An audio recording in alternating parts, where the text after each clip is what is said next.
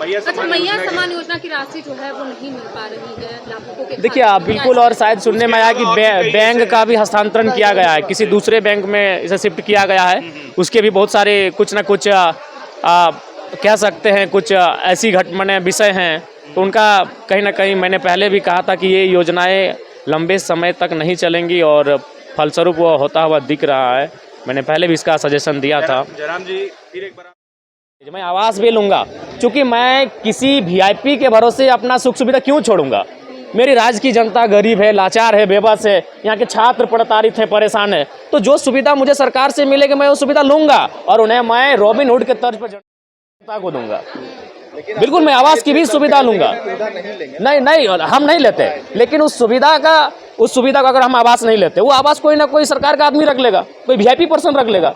देखिए रहे मंत्री लोग दो जगह का रखे हैं, पुराना आवास भी रखे हैं और नया आवास भी रखे हैं। जो विधायक हार के गए वो आवास नहीं छोड़ रहे हैं। तो मेरा कहना है कि जो आवास मुझे अलॉटमेंट होगा वो किसी वीआईपी पर्सन क्यों होगा, इसलिए मैं वो आवास लूंगा। बिल्कुल आज मीडिया के सामने कह रहा हूँ, और वो मैं अपने क्षेत्र से आने वाले 10-15 विद्यार्थियों को अलॉटमेंट कर दूंगा, पढ़ाई करेंगे वहाँ से। नहीं मुकर नहीं रहे, ये मुकरना नहीं कहते हैं। आपने बड़ी बात कही कि आप विद्यार्थी। हाँ बिल्कुल अलॉट करेंगे, बिल्कुल अमल करेंगे। मैं मुकर नहीं रहा हूँ, मैं कह रहा हूँ कि अभी देख रहे हैं मंत्री लोग दो आवास लेके बैठा है भैया।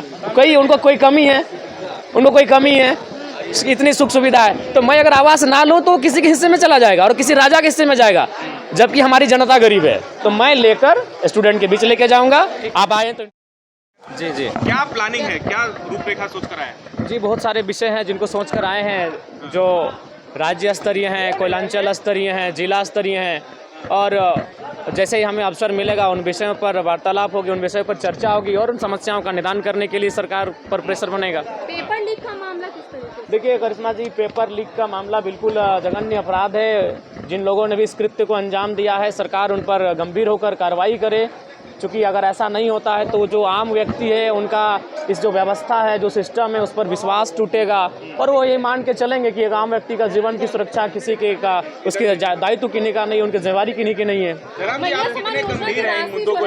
जी बिल्कुल गंभीर मुद्दे हैं, चूँकि जो पढ़ने वाले स्कूल कॉलेज के छात्र हैं, उस राज्य की भविष्य, इस देश की भविष्य हैं, और उनके भविष्य के साथ अगर खिलवाड़ होगा तो निसंदेह ये गंभीर मुद्दे हैं। इन पर गंभीर चर्चाएं होनी चाहिए और उसका निष्पादन होना चाहिए।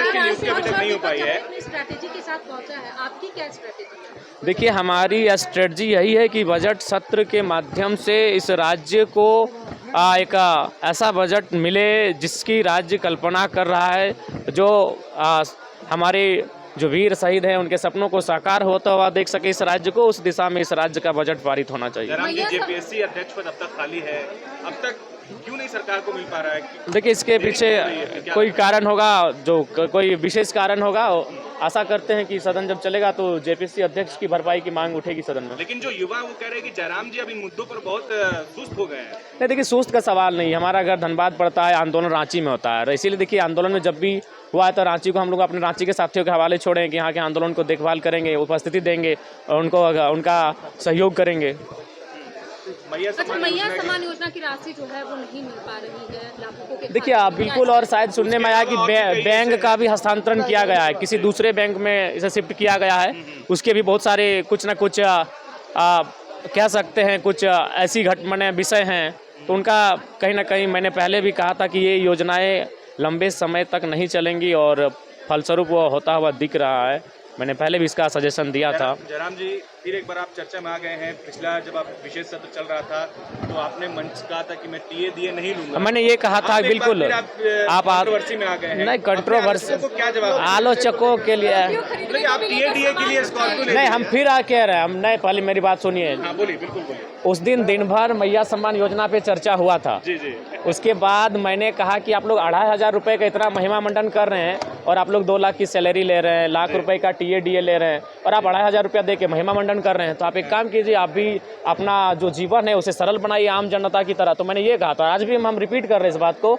जिस दिन इस पर पहल होगी उस पर पहला हस्ताक्षर जयराम महतो का होगा। जिस दिन ये पहल होगी कि एक विधायक की सैलरी 3rd 4th ग्रेड के जो कर्मचारी हैं उनके समान होगी, 40,000 50,000 60,000, पहला हस्ताक्षर मेरा होगा।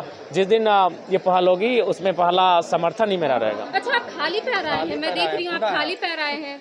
हाँ वचन है तो वचन को निभाना पड़ेगा, वचन है। ठीक है। गाड़ी खरीदने पर सवाल उठाए जा रहे हैं। स्कॉर्पियो देखिए मैंने फिर कहा मैं आवास भी लेने जा रहा हूँ, लेकिन मेरा तर्क जान लीजिए, मैं आवास भी लूँगा क्योंकि मैं किसी वीआईपी के भरोसे अपना सुख सुविधा क्यों छोड़ूंगा। मेरी राज्य की जनता गरीब है, लाचार है, बेबस है, यहाँ के छात्र प्रताड़ित हैं, परेशान है, तो जो सुविधा मुझे सरकार से मिलेगी मैं वो सुविधा लूँगा और उन्हें मैं रॉबिन हुड के तर्ज पर जनता को दूंगा। बिल्कुल मैं आवास की भी सुविधा लूँगा। नहीं हम नहीं लेते, लेकिन उस सुविधा का अगर हम आवास नहीं लेते, वो आवास कोई ना कोई सरकार का आदमी रख लेगा, कोई वीआईपी पर्सन रख लेगा। देखिए रहे मंत्री लोग दो जगह का रखे हैं, पुराना आवास भी रखे हैं और नया आवास भी रखे हैं। जो विधायक हार के गए वो आवास नहीं छोड़ रहे हैं। तो मेरा कहना है कि जो आवास मुझे अलॉटमेंट होगा वो किसी वीआईपी पर्सन क्यों होगा, इसलिए मैं वो आवास लूँगा। बिल्कुल आज मीडिया के सामने कह रहा हूँ, और वो मैं अपने क्षेत्र से आने वाले 10-15 विद्यार्थियों को अलॉटमेंट कर दूंगा, पढ़ाई करेंगे वहाँ से। नहीं मुकर नहीं रहे, ये मुकरना नहीं कहते हैं। आपने बड़ी बात कही कि आप विद्यार्थियों हाँ को बिल्कुल अलॉट अमल करेंगे, इस पर? बिल्कुल अमल करेंगे। मैं मुकर नहीं रहा हूँ, मैं कह रहा हूँ कि अभी देख रहे हैं मंत्री लोग दो आवास लेके बैठा है भैया, उनको कोई कमी है, इतनी सुख सुविधा है। तो मैं अगर आवास ना लूँ तो किसी के हिस्से में चला जाएगा और किसी राजा के हिस्से में जाएगा, जबकि हमारी जनता गरीब है। तो मैं लेकर स्टूडेंट के बीच लेके जाऊंगा।